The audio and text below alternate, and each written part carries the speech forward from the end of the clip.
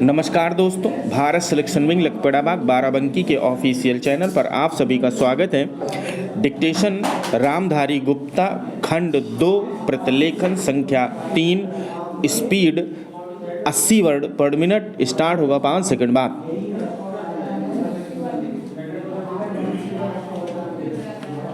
आइए आज हम अपने विचारों को उस दिन तक ले जाएं जब हमने गणराज्य की घोषणा की थी।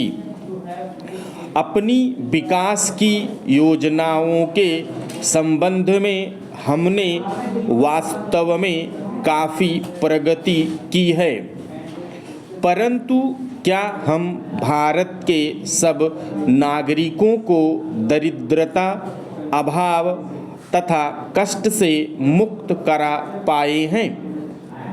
प्रकृति की शक्तियों को अपने अधीन करने और जनता के कल्याण के लिए उन्हें नियंत्रण में लाने की दिशा में भी हम आगे बढ़े हैं, किंतु हम यह नहीं भूल सकते कि कुछ महीने ही हुए हमें भारत के उत्तर पूर्वी प्रदेशों में भयंकर बाढ़ का सामना करना पड़ा था, जिसके कारण यातायात के साधन छिन्न भिन्न हो गए और वहाँ की जनता को भारी हानि उठानी पड़ी। निस्संदेह साक्षरता प्रसार और रोगों के निराकरण के महत्वपूर्ण उपाय भी हमने सोचे।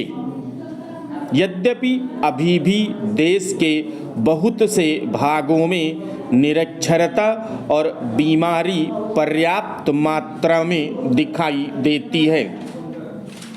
जन कल्याण की योजनाओं को हम बराबर आगे बढ़ाते रहेंगे, यह हमारा दृढ़ संकल्प है, इसमें संदेह नहीं किया जा सकता। इन योजनाओं के पूरे होने के संबंध में जो प्रयास अब तक किया गया है, उससे भी हमें असंतुष्ट नहीं होना चाहिए।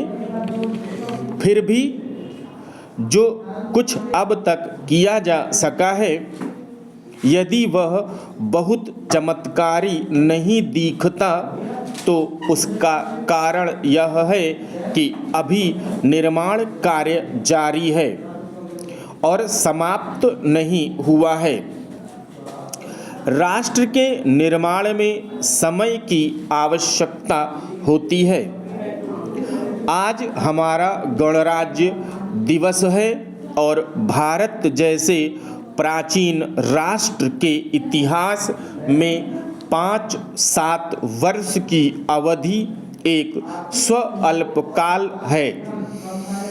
आइए अब हम विगत वर्ष की घटनाओं पर नज़र डालें और यह देखें कि विकास के कार्यों और निर्माण योजनाओं की दिशा में हम कहाँ तक आगे बढ़ सके हैं।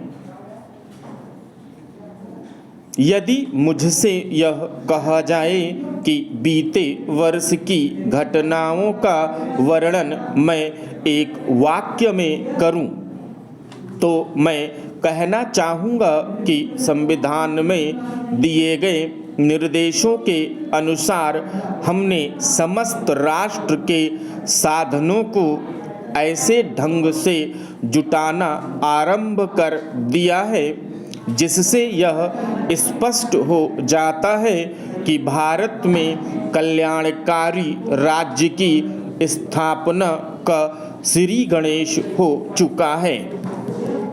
पिछले वर्षों में हमने जो संकल्प और दावे किए थे, अब वे मूर्तिमान होने लगे हैं। इसलिए अब यह समझना कठिन नहीं है कि राष्ट्र किधर जा रहा है और आगामी 10 या 15 वर्षों में हम किस स्थिति में होंगे। महान नदी घाटी योजनाओं पर कार्य बराबर जारी है। इनमें से एक योजना भाखड़ा नंगल योजना से बहुमूल्य पानी और बिजली पंजाब, पेप्सू तथा राजस्थान के भागों को मिलने भी लग गई है। दामोदर घाटी योजना से कुछ समय हुआ बिजली प्राप्त होने लगी थी और हीराकुंड, चंबल तथा दूसरी महान योजनाओं की भांति यह योजना भी यथेष्ट रूप से आगे बढ़ रही है। भाखड़ा नंगल योजना का प्रथम चरण समाप्त होने से अब यह स्पष्ट है कि इन महान योजनाओं के द्वारा देश में कितने महत्वपूर्ण परिवर्तन हो जाएंगे।